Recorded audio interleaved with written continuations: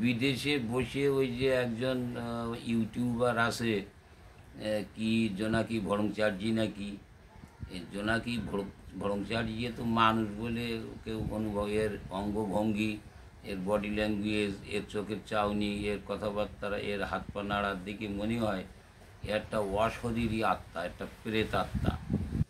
এই প্রেতেরটা আর অশরীরী আত্মার হাত নাড়ানোর স্টাইল আর আমাদের প্রধান উপদেষ্টা ডক্টর ইউনিসির হাত নাড়ার স্টাইলটা সেম সেম, একরকম হাত টাত নাড়ে। কিন্তু ইউনিসি তবু একটা মানুষের আকৃতি বোঝা যায়, কিন্তু এই জোনাকি ভড়ংচার্জিতে একটা পরিষ্কার অশরীরী আত্মা।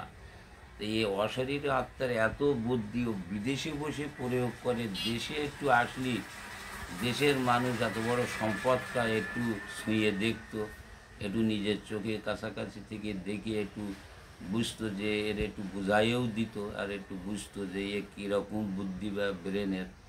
এতে বিদেশের মাটিতে কেন, এই প্রশ্নটা আমার খুব এই মনের মধ্যে সদা জাগ্রত হয় আর জানতে ইচ্ছা করে।